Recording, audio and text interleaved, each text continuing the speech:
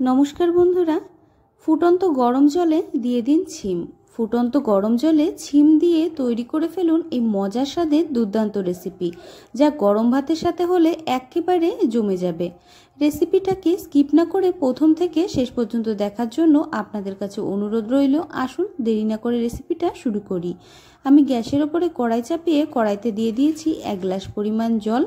জলটা গরম হয়ে যাওয়ার পরে জলের মধ্যে আমি দিয়ে দিচ্ছি छिम, দিয়ে দিচ্ছি কয়েকটা কাঁচা লঙ্কা, দিয়ে দিচ্ছি দুটো টমেটো আর একটা পেঁয়াজ।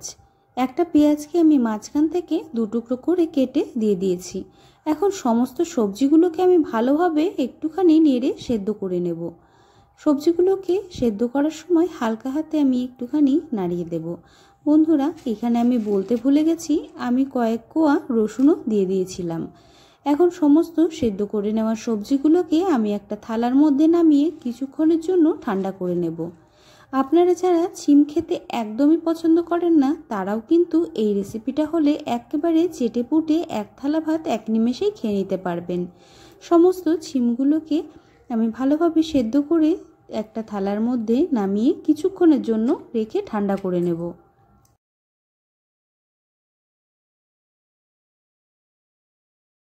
সেদ্ধ করে নেওয়া छिमগুলোকে আমি বেশ কিছুক্ষণ রেখে ঠান্ডা করে নিয়েছি। এখন छिमগুলোকে আমি মিক্সার জারের মধ্যে দিয়ে দিচ্ছি।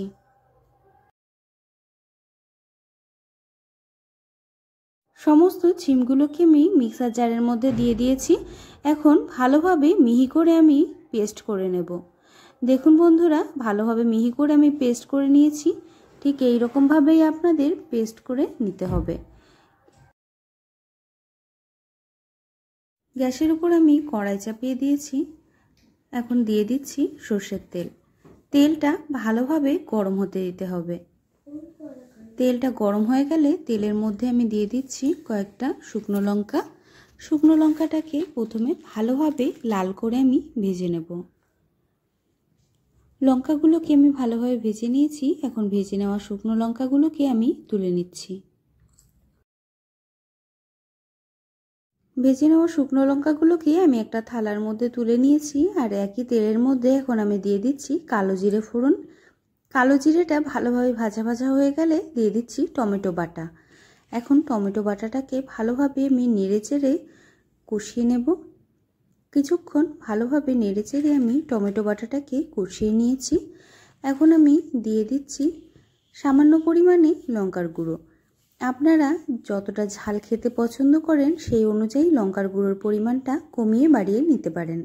এখন দিয়ে দিচ্ছি 1 চামচ পরিমাণে জিরার গুঁড়ো, দিয়ে দিচ্ছি 1 চামচ পরিমাণে ধনের গুঁড়ো। এখন সমস্ত মশলাগুলোকে একসাথে আমি ভালোভাবে নাড়িয়ে চাড়িয়ে কষিয়ে নেব। মশলাগুলোকে বেশ কিছুক্ষণ আপনাদের ভালোভাবে নেড়ে চেড়ে কষিয়ে নিতে হবে। মশলাগুলো দিয়ে আমি বেশ কিছুক্ষণ নাড়িয়ে চাড়িয়ে কষিয়ে নিয়েছি। এখন দিয়ে দিচ্ছি সামান্য পরিমাণে হলুদ গুঁড়ো।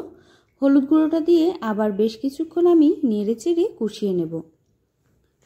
হলুদ গুঁড়োটা দিয়ে বেশ কিছুক্ষণ আমি নেড়ে চেড়ে কষিয়ে নিয়েছি। এখন छिम বাটাটা দিয়ে দিচ্ছি। छिम বাটাটা সম্পূর্ণ দিয়ে দেওয়ার পরে সমস্ত মশলাগুলোর সাথে छिम বাটা দিয়ে সুন্দরভাবে আমাদের নেড়ে চেড়ে কষিয়ে নিতে হবে। ভালোভাবে নাড়িয়ে চাড়িয়ে সুন্দরভাবে আমাদের छिम বাটাটাকে কষিয়ে নিতে হবে যতক্ষণ না छिम বাটাটা ভালোভাবে কষানো হয়ে যায়। দেখুন বন্ধুরা, আমি কিন্তু ভালোভাবে কষিয়ে নিয়েছি। এখন আমি দিয়ে দিচ্ছি ভেজে রাখা শুকনো লঙ্কা। ভেজে রাখা শুকনো লঙ্কাটাকে হাতে আমি ছোট করে টুকরো করে নিয়েছি। আপনারা চাইলে গুঁড়ো করে নিয়েও দিতে পারেন। এখন ভালোভাবে আমি মিশিয়ে নেব।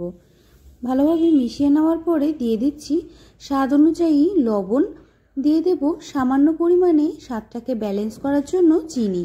আপনারা যদি চিনিটা না খেতে চান, চিনিটা আপনারা স্কিপও করতে পারেন, তবে চিনিটা দিলে স্বাদটা কিন্তু খুবই ভালো আসে। বন্ধুরা, তৈরি হয়ে গেছে छिमेর বাটা অথবা छिमेর ভর্তা। छिमेর ভর্তা খেতে এতটাই সুস্বাদু হয়েছে, যারা छिम খেতে একেবারে অপছন্দ করে, छिम দেখলেই নাক সিটকোয়, তারাও কিন্তু छिमेর এই ভর্তাটা হলেও এক থালা ভাত এই একটা রেসিপি দিয়েই খেয়ে নেবে। আমার এই রেসিপিটা আপনাদের যদি ভালো লাগে চ্যানেলটিকে অবশ্যই সাবস্ক্রাইব করে পাশে থাকা বেল আইকন দাবিয়ে রাখবেন। ভালো থাকবেন, সুস্থ থাকবেন। ধন্যবাদ।